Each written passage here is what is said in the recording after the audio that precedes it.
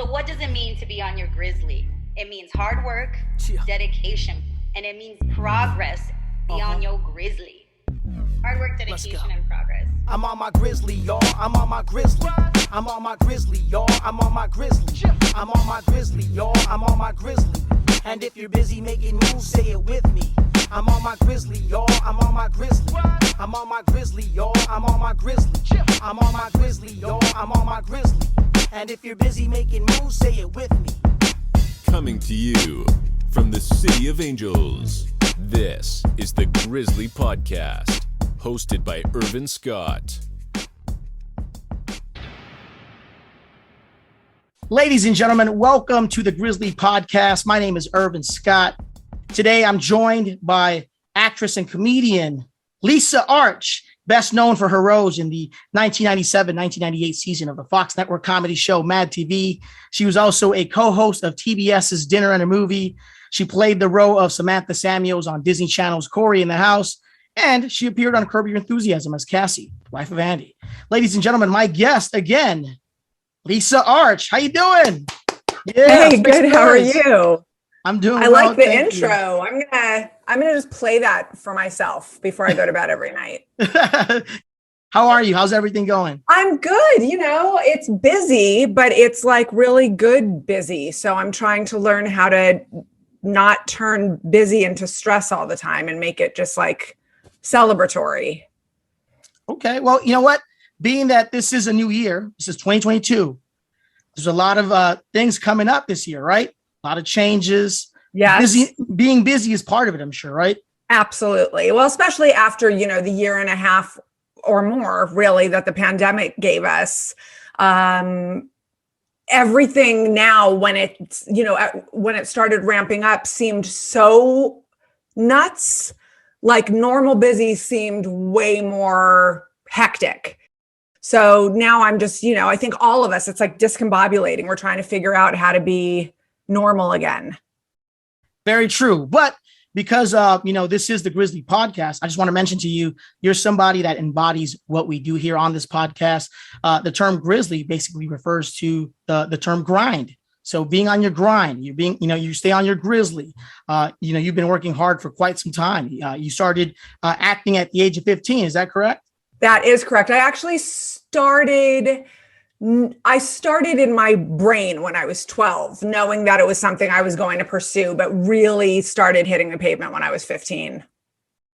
You started performing sketch comedy at that age in your parents' living room. Is that right? Well, yeah, it's funny. We would rehearse in my parents' living room. My mom and dad. So I have an older brother, almost 3 years older, who sort of paved the way for me because he knew he wanted to be in the entertainment industry very early on. He and his friends, so they're almost 18, they're writing sketch comedy shows and performing, and they took it upon themselves, talk about Grizzly, to rent a theater, figure out how to pay for it, have a rehearsal space, all this stuff. Anyway, my mom and dad, because they knew how important performing was to my brother and I, they kept their living room unfurnished until we both graduated from high school.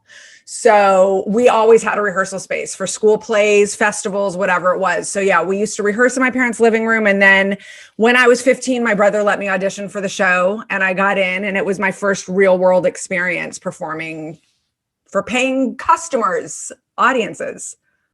And eventually that led to you earning your SAG card. You made an appearance on the show Dream On, and that's where you had your first line, right? On that show? Who gets the check? Is it your parents? No, who gets the check was the line. That was the line. Okay. I'm thinking, I was like, you're still at a young age, so maybe she's still not receiving the checks. Maybe exactly. Your parents get them. No. Gotcha. I was already in, how old was I? 19, I think. I don't remember exactly how old I was when I got that, but I had already been waiting tables. So I was able to draw on the vast table waiting knowledge I had to express that line with the utmost realism.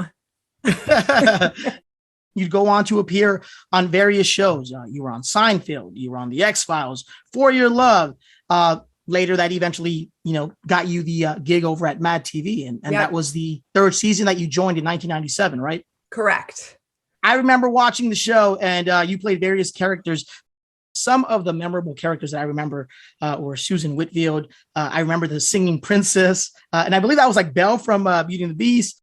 And it had like a little spin on it with like Unsolved Mysteries or something. Exactly. Because I was like, I turned out to be like some sort of freaky stalker murderer. Yeah. Yes. As you do, and as a Disney character. But yeah, I had always been kind of obsessed with the fact that Disney characters, Disney princesses talked to birds and mice and trees all the time. So one of the characters I auditioned with when I auditioned for Mad TV was Belle. And I just, they all always spoke like this, kind of like that throaty, super happy thing, and would just go into random song. And I thought that was hilarious. So we made her a person who was portraying Belle at Disneyland, but really thought she was that person. And that's where she was psychotic. Going back to the characters you played on that show, you were Susan Whitfield. And that's another one that just stood out to me because, the way she dresses, to how she speaks. What was it like playing that character on the show? So Susan is a character I developed for a sketch show I was doing live with 3 friends of mine. And she just sort of came to me one day. She's me. She's a really big part of me. She's an ugly teenager with bad skin and a retainer. And just like, it was as if I personified all of my insecurities.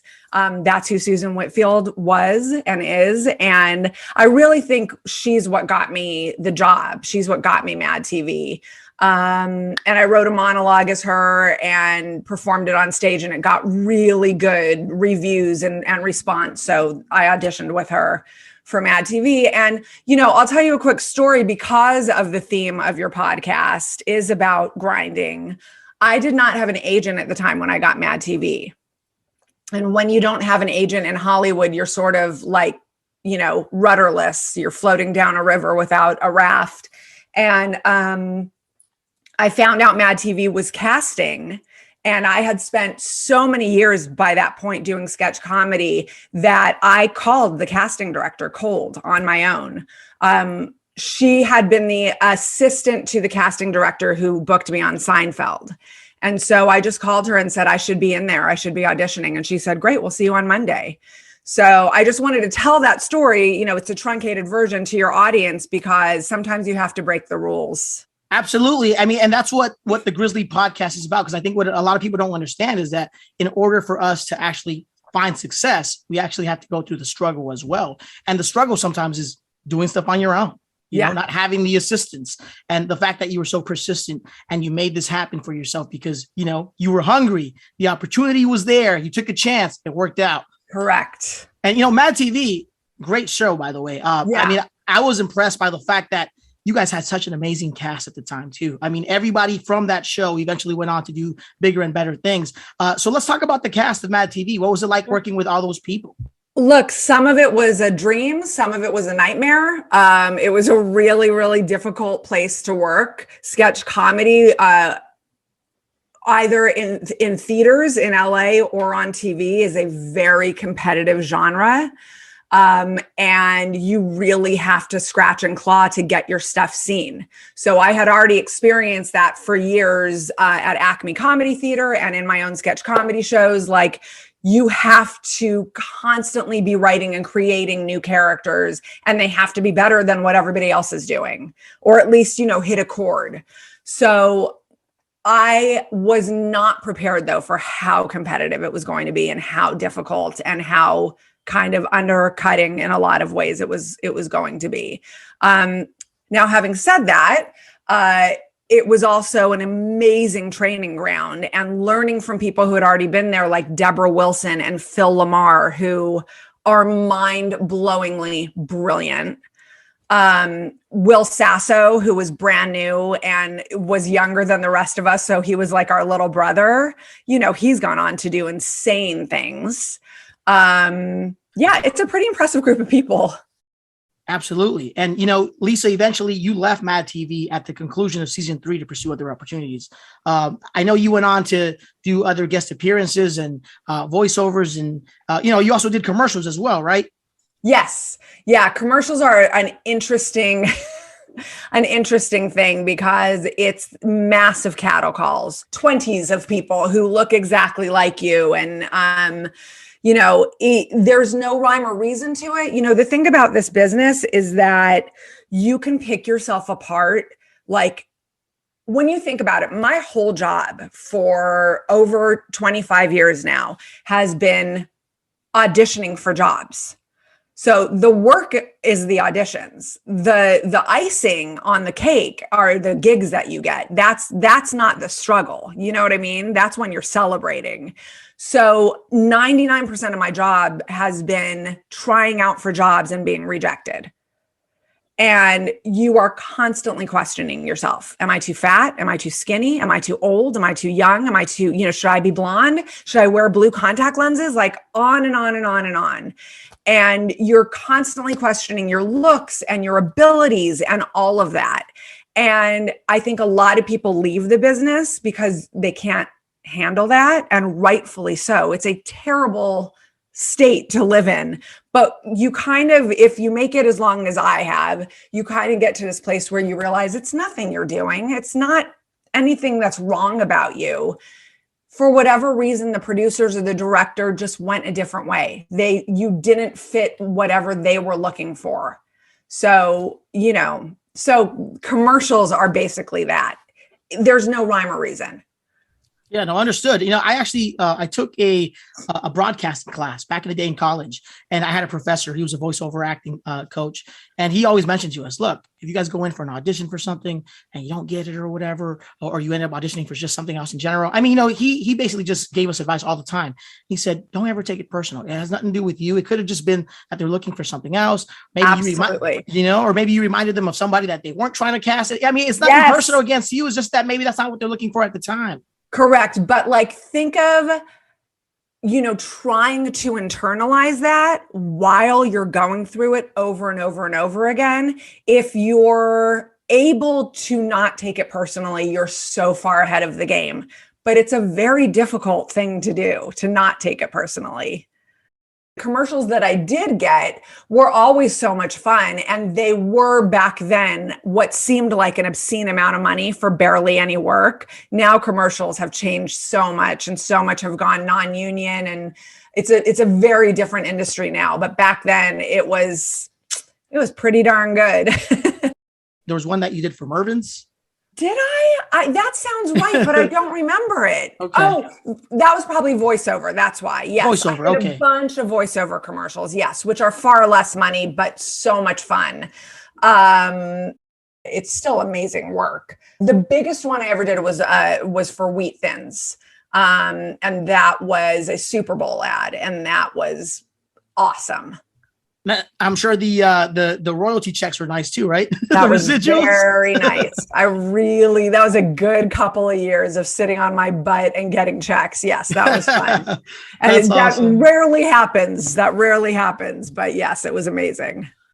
Eventually, you went on to do some voiceover work for Comedy Central's Crank Yankers. I know you played the voice of Cammie there. Cammie was an interesting character that I read about as well.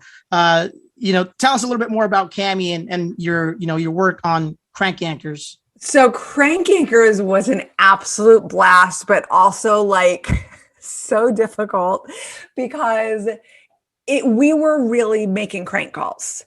I am so bad at practical jokes, and I hate messing with people. So I have said this publicly before. I had to drink to do those calls.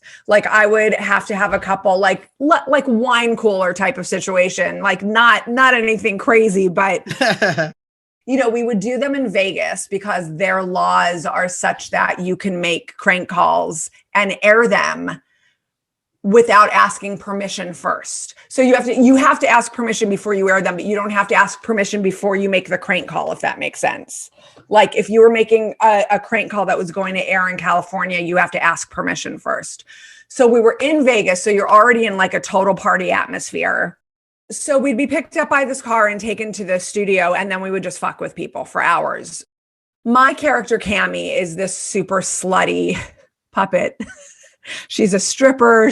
I don't know what she is, but she would get into all sort of sexual positions, no pun intended, that were hilarious. And Cammie just sort of talk like this. I think I would like to say that I created vocal fry. I was the beginning of the Kardashians. So yeah, she was just super skanky. And, there was one phone call where she convinced a stripper club owner, that she was a blind stripper and that she needed her seeing eye dog to dance on stage. And he was so like, dude, we can't do that. It's too dangerous. And there was a guy who, a supernatural guy who I convinced that I had a ghost in my house that was trying to have sex with me. So it was just super wacky stuff, but so much fun, but so nerve-wracking, but I absolutely loved it. Crank Yankers was such a very underrated show, in my opinion. I used to watch it back in the day too, and I just thought all the stuff that they did and they got away with, I was like, that's incredible. Oh my God. Yes. Insane. Like, I don't think that stuff would fly today. Yeah, they've done a couple more iterations of it, and I haven't seen them. I doubt they were as racy or, offensive as they were then. I think we were like at the end of when you could say or do basically anything, because you're right. I don't think they could get away with it now. Yeah. I mean, do you miss that type of like television? The fact that we were able to get away with things back in the day on air as opposed to today? I do, to be honest with you. I feel two ways about it. One is that there is a lot of anger that is completely justified and has to be looked at and taken care of. And then there's another side where comedy is sort of a place where, as a society, we get out those aggressions and angers and, all of the stuff that lives inside of all of us, that no amount of, being offended can quash that. We all still have that inside of us. So I almost feel better to get it out there in the form of comedy where all of us are equal targets than to hold that in and have it come out in other ways. So I do think we need to find a way where we can all still have the freedom to express ourselves artistically, but at the same time, not hurt or offend people. It's a very fine line. These days, obviously, you have people like Dave Chappelle who will, speak their mind and still say what they say. And people like him don't get canceled. And I know there's other people that will speak their mind and they get canceled. So it's a very weird situation that we're living in now, but it truly is. I agree with you. And I think Dave Chappelle is a perfect example of someone who can get away with it. And I thank God for him, because he rides that line, man, and he goes over it, but he's so good at expressing to everyone where he's coming from and why it's so necessary to be able to say it. I don't know. I think he is probably going to be the only way through. Like Dave Chappelle is probably going to be the guy that finds that balance. Cory in the house. Lisa, you played the role of Samantha Samuels on that show. Cory in the House was a spinoff of That's So Raven, and it aired on Disney Channel. It starred people such as Kyle Massey, Jason Dolly, Mayara Wash, Madison Pettis, John D'Aquino, and Rondell Sheridan. Yes. What was it like working with that cast? Because it was different people, a variety of different folks there. You had the younger folks, you had the older folks, people your age, whatever the case may be. Yeah, man. Listen, that experience was spectacular. First of all, I mean, Yes, what a mix of culture and race and, age and everything. And for me, that was delicious. I loved being on that set. I loved being a part of like the Disney culture. Especially getting to be a bitch in that culture is so much fun. Like getting to be a bad guy is so cool. So that was really fun for me. And, I remember, you look at Madison Pettis now, and she was an 8-year-old girl, and now she's like this friggin' gorgeous. I look at her Instagram posts like this. I'm like, oh my God, I don't want to see, because she's so hot. So she's all grown up and gone on to do amazing things. And, I don't know. I loved everybody on that show. I mean, it was just a really good group of people. And it was my first real, like, dipping my toe into being a series regular on a show. And I just loved that experience. What was it like also being a part of the Disney umbrella? Because I'm sure at that point too, you had all the kids going up to you, recognizing you from that show. So that's a whole different vibe too, right? I mean, it's not like Mad TV type of recognition where, you see adults and people just kind of shout you out. But, with kids, it's different. It's so great that you asked that question, because it is very different. And on Mad TV, I would actually have people like run up to me, adults, and be like, oh my God, you don't even understand Susan Whitfield. And I would have like mini panic attacks when people would approach me, because if it's never happened to you before, I'm already a person who in uncomfortable situations, I just start sweating and my heart pounds and it's like my palms are wet. So that would happen to me anytime I was approached by an adult. Luckily, it doesn't happen anymore. When I get approached far less frequently, but when it happens now, I can handle it.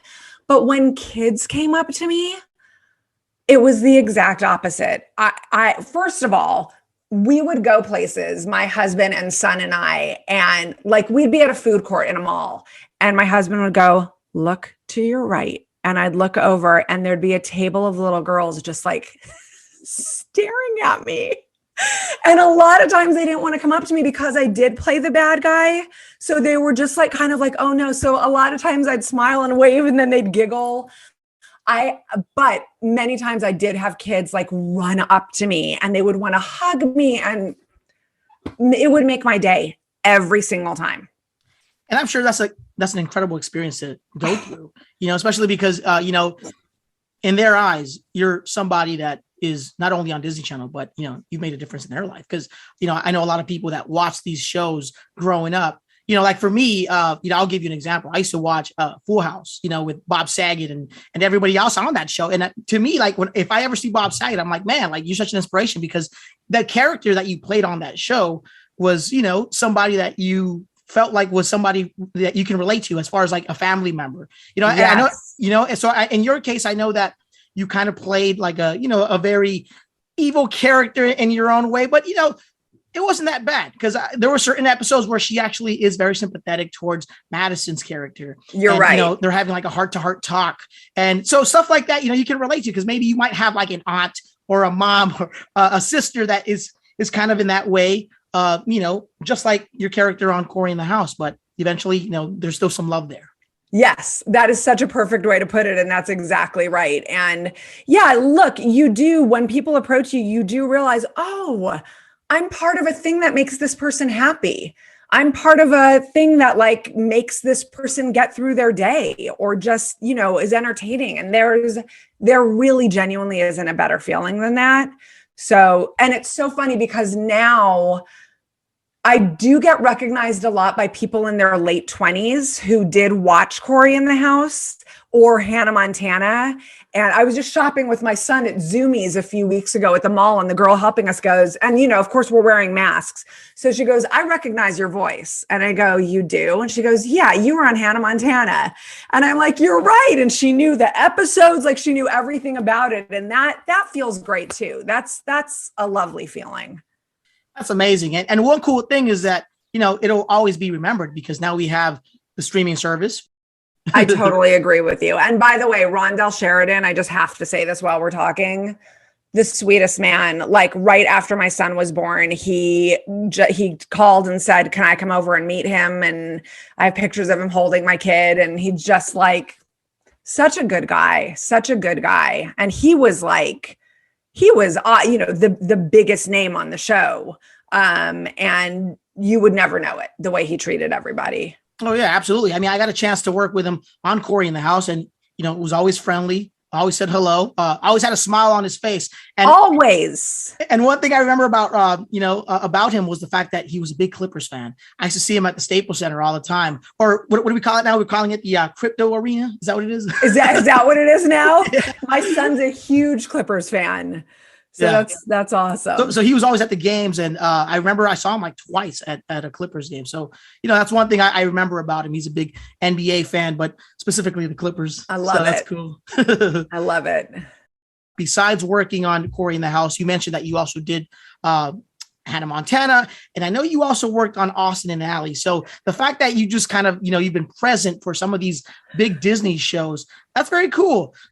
Are there opportunities in the future maybe that may present themselves where you may be a part of the Raven spinoff that's going on today, Raven's Home? That is a great question. I actually know a lot of people that work on the show. I don't know. I don't know if those two worlds would ever really meet. It's hard in a lot of ways for me because I have been pigeonholed as the bad guy on Disney. There's not one time I played a good just a sweet person. And I've auditioned to play moms several times for Disney, and even very recently, and it just doesn't happen. And it's frustrating for me because as much as I love playing the bad guy, I wouldn't mind getting the opportunity to be a Disney mom, but I think my time has passed. Now I'm shooting for Disney grandma. I'm going to I'm going to give it another 12 years. No. And then I think it's going to be Disney grandma time. Look, I'd be fine with it. Look, if you go out for the grandma role, I'm going to say you're a very attractive grandma, by the way. I'm just going to say perfect. That. Thank you. I'll take it. I would be fine with playing a young-ish attractive grandma.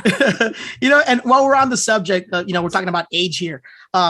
I saw your social media post a couple weeks ago. I know you celebrated your 50th birthday. Happy birthday to you, by the way. Thank you. How's it feel turning 50? It's weird, dude. It's weird. I'm telling you, it really is because,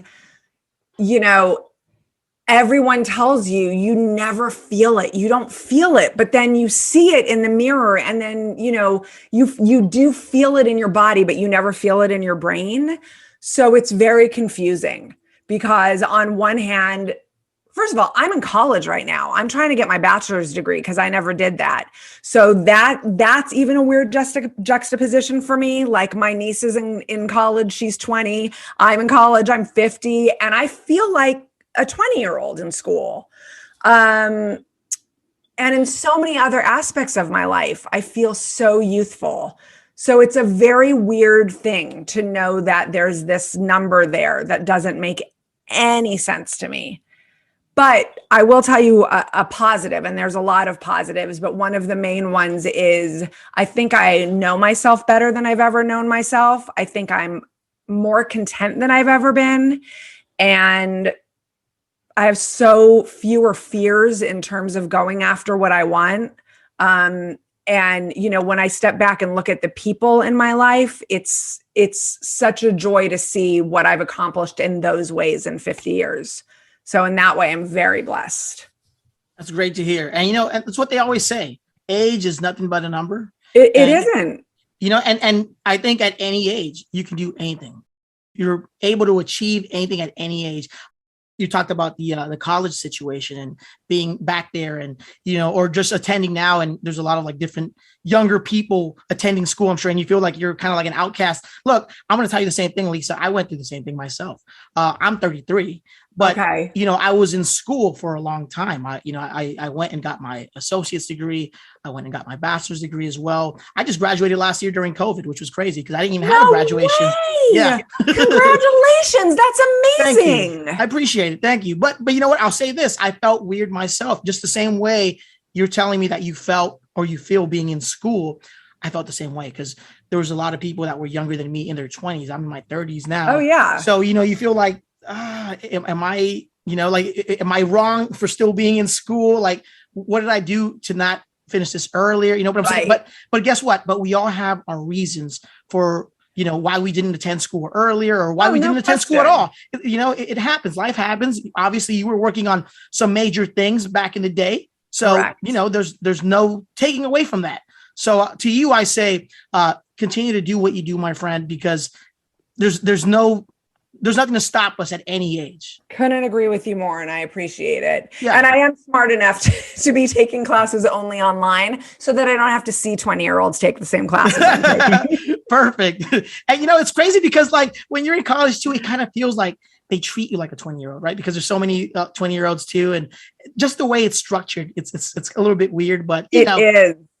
It's so funny because I've written some papers where my professors have gone like, what? How? Like I could hear in their comments, they didn't understand why I was able to articulate myself in the way I did. And then I would just say, just FYI, I'm 50. Like this isn't a 23-year-old writing this paper. Right. So, it's in a lot of ways, it's an advantage. I have way more experience to draw on. Yeah. Well, that's awesome. And let me ask you this. What are you majoring in right now? So I'm almost done with my AA, and then I'm going to get my bachelor's. So I'm on the psychology trail right now. Like that's what I think I'm going to major in. I might change to humanities and sociology, but right now it's psychology.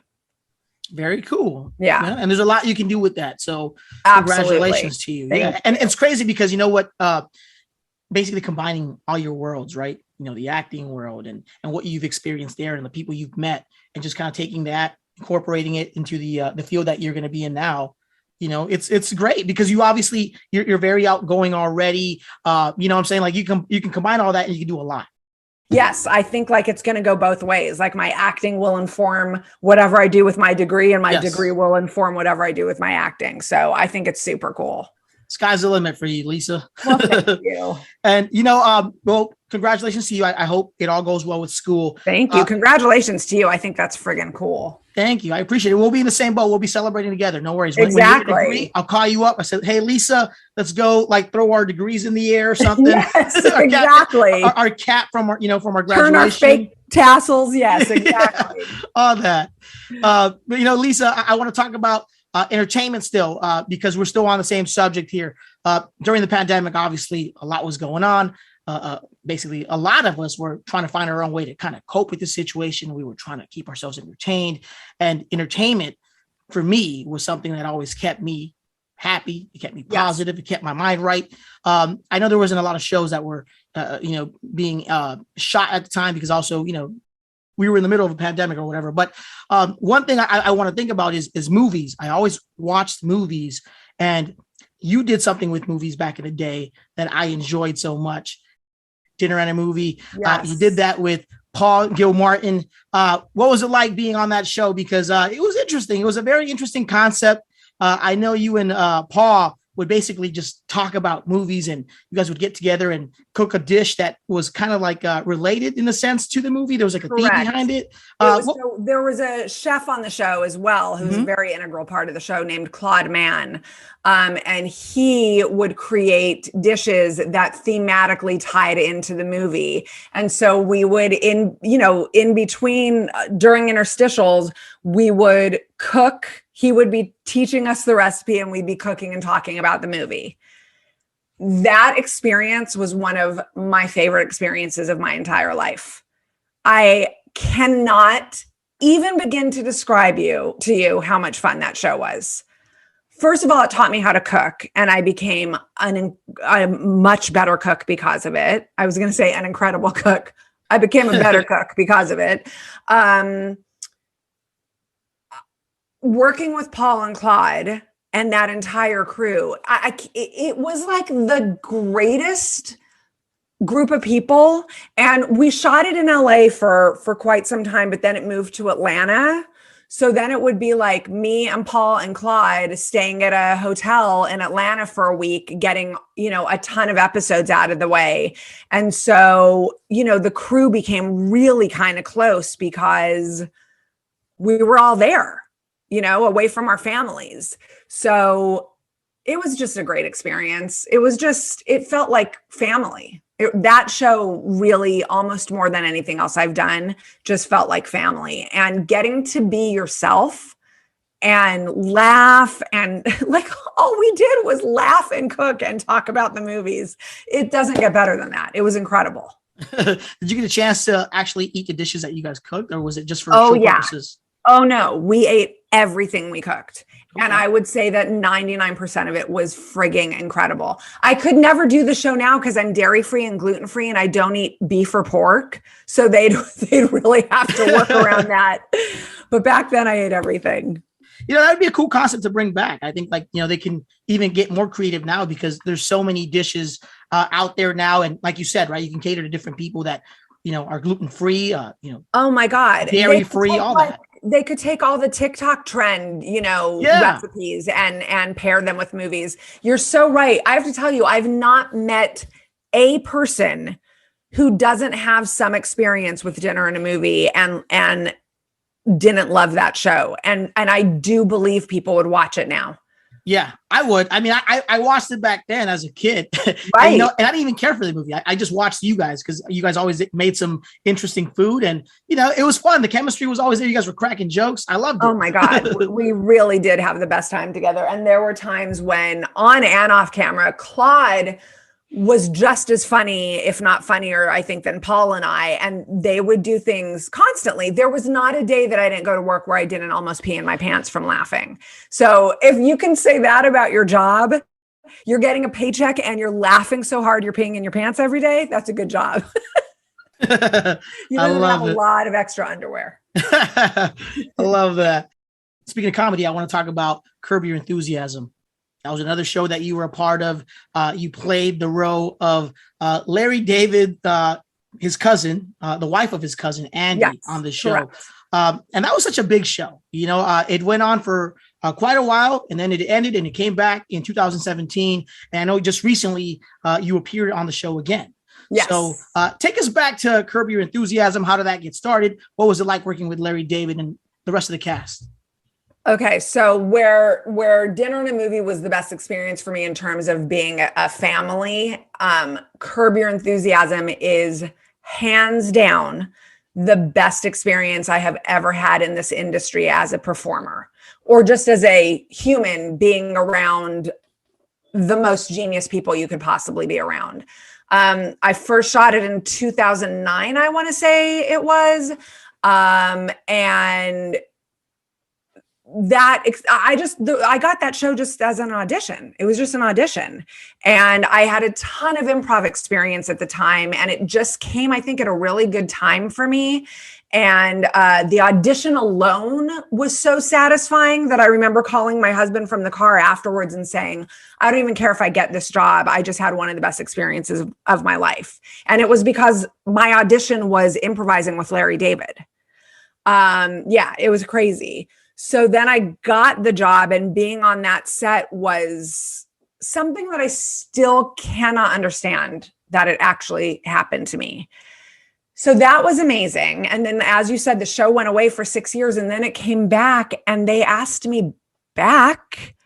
And that was like the most head exploding moment of my entire life.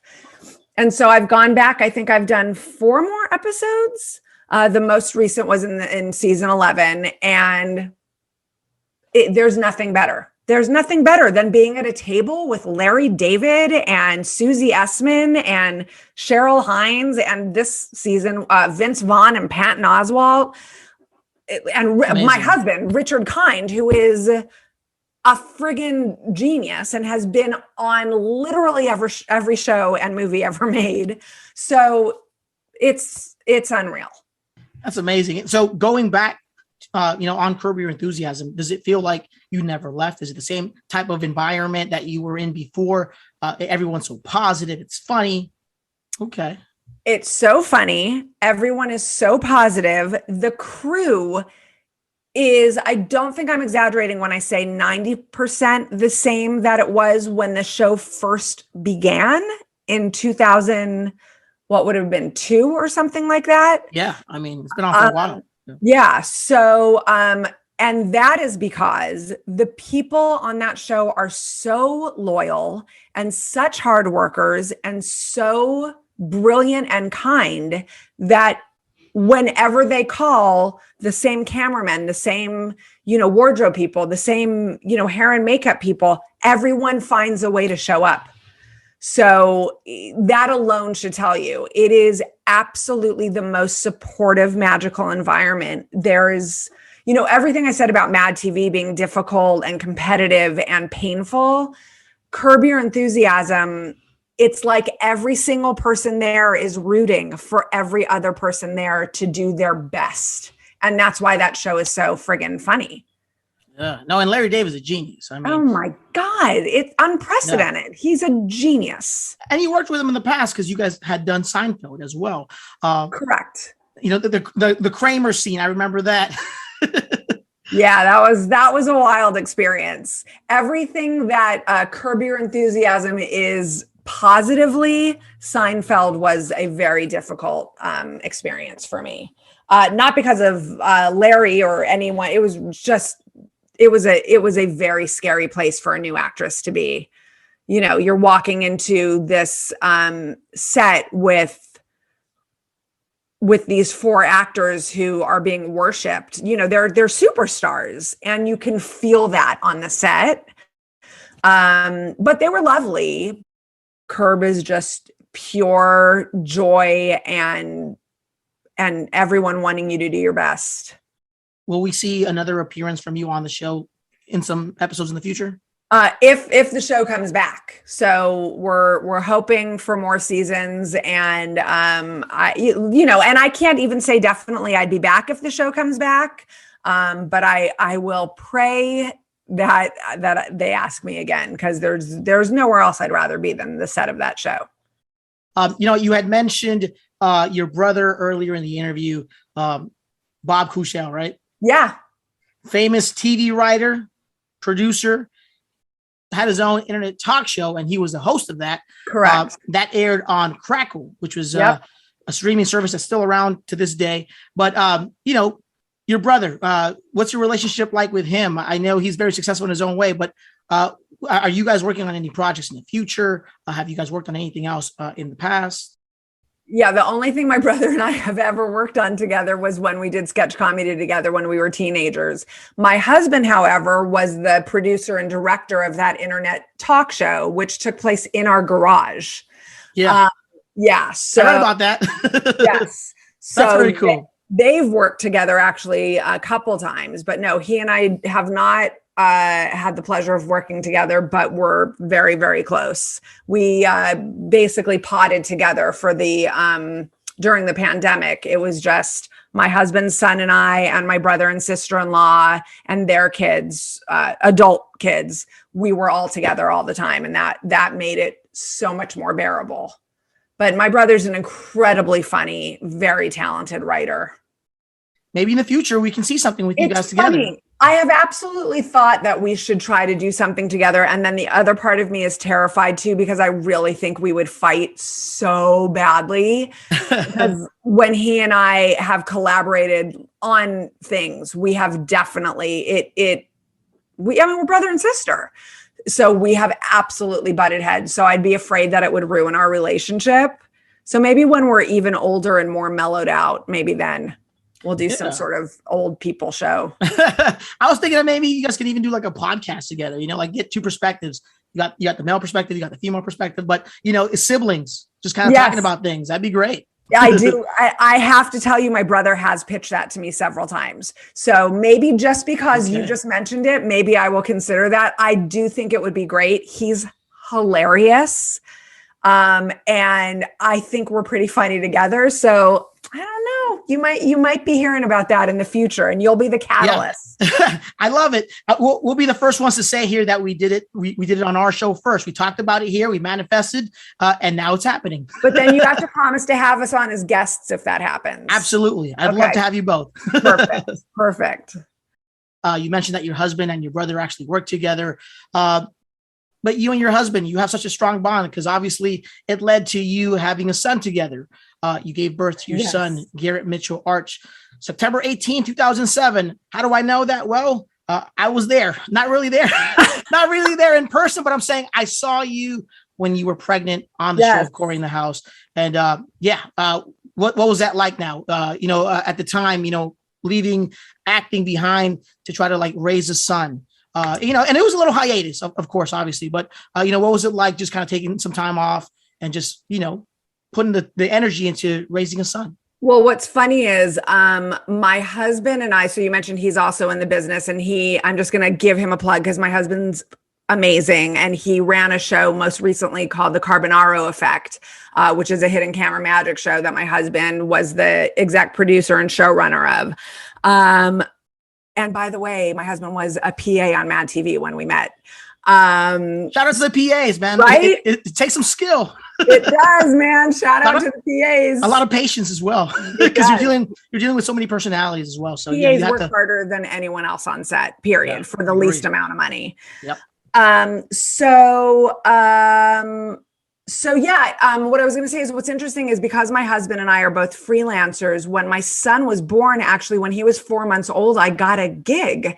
I started filling in for Niecy Nash whenever she couldn't host Clean House on the Style Network.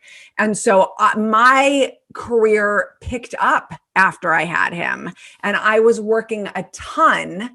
And my husband and I would literally take turns taking time off. So he would be a stay-at-home dad, then he'd go to work and I'd be a stay-at-home mom. And then, sometimes we'd work at the same time. And luckily my brother and his wife and my mom, and sometimes we'd fly my husband's mom out to watch Garrett for a couple of weeks if we were overlapping. We were very fortunate. When I actually did take time off was when my husband was traveling for the Carbonaro Effect. And that was, so let's see, I want to say 5 years ago, I called my manager and said, I need to quit indefinitely. I don't know how long I'm going to be done for, but I'm done for now. And I knew I had made the right decision because when I hung up the phone, I felt like a weight had been lifted off my shoulders. So I took a good 2.5, almost 3 years completely off, and then sort of started back right before the pandemic hit. So let's be honest, I've taken 6 years off. Well, it's all good. Yeah. Curb is still cracking. Yeah. But I want to say, so Lisa, even though you say you took some time off, I don't feel like you've taken time off because you're still active in your own way. I've seen you on TikTok, right? Yeah, a little bit. I've delved in. I haven't fully committed. Okay. Or if not TikTok, you're on YouTube. I know you're always creating a series of videos where you talk to different people and, about your life, situations that you've experienced or just anything else that people can relate to. What's that like? You have an audience that will tune in and watch you talk about everything going on in your world. That's a different platform compared to, being in the spotlight acting and all that. So how do you manage to do all that? And, what is that like basically? Well, during the pandemic, I did 76 YouTube videos. I think it might have been 78. I was doing reviews of things in my house. So it was sort of like, I can't go out and get anything new or try any new products. So I'm just going to do reviews of things I already have. And that was an absolute blast. And to be honest with you, truly helped me get through the pandemic emotionally. And I had a lot of people, some strangers, but frankly, mostly people who are in my life say that those videos really helped them get through. So for me, nothing's better than getting to express myself in my own ways with no rules and nobody regulating it. I love doing those. And that's what I try to do with social media, is sort of invite people into my life and just share little moments that I think other people are also having. But I get really lazy with it. And I stopped doing my reviews. I was going to not stop until I hit 100. But when the George Floyd tragedy happened, I really could not bring myself to do any more of those. It felt important to focus on that and Black Lives Matter and sort of put our universal energy toward that. And so that was sort of hard for me because I thought, we all still need to chat and be entertained and everything, but I couldn't find it inside myself to do it anymore. So I stopped, and frankly, it's been kind of hard to get back to do it. Yeah. Well, I mean, I'm sure you'll find inspiration eventually. No question. It's always there, just waiting. Yeah, exactly. It'll come out when you least expect it, and correct. It'll be something random. It'll be something important. It'll be something maybe not important, but still kind of fun to talk about. 100%. It's all there. Yes. And hopefully, once you get that opportunity to do that, we'll be there watching. Lisa, is there anything coming up that you'd like for us to check out, or anywhere we can watch you do stand up? Are you still at the Acme Theater? No, Acme Comedy Theater. God, I stopped doing that many, many, many years ago. I mean, it's not even the same venue anymore. So no, I'm not really performing live anywhere.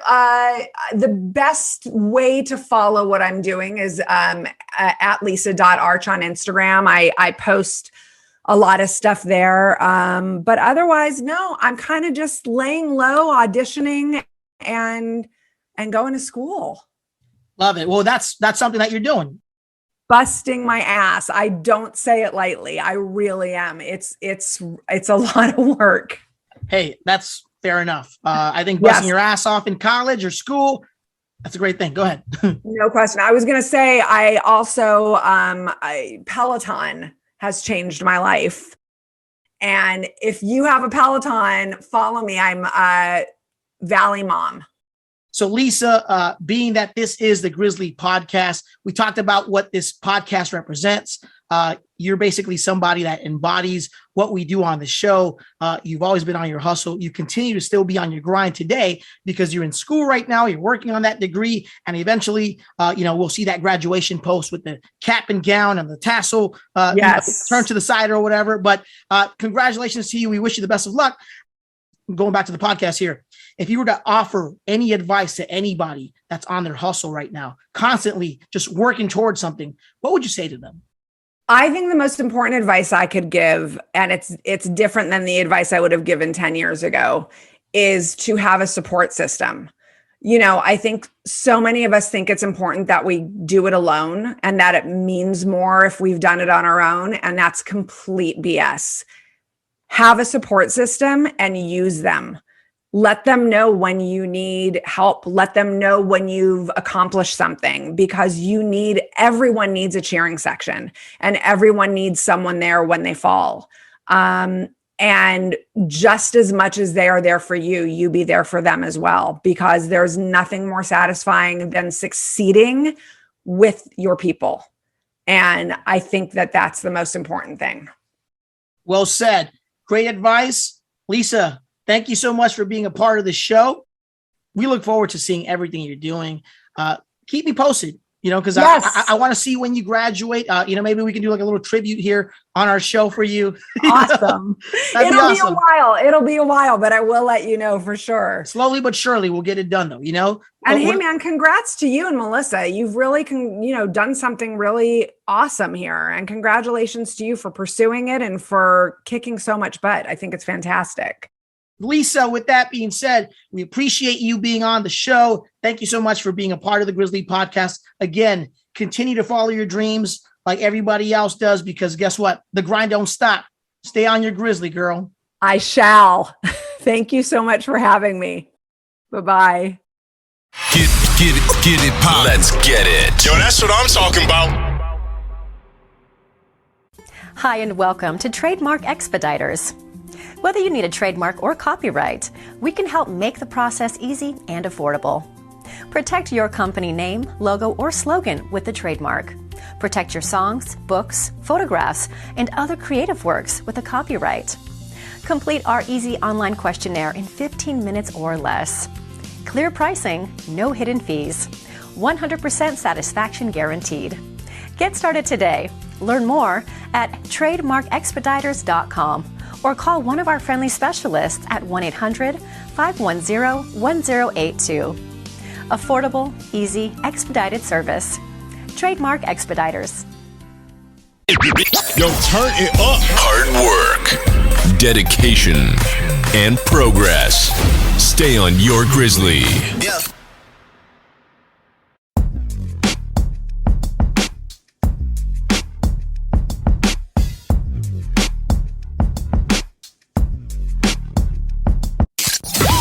Thanks for checking out another Grizzly Podcast episode. We'll see you next time.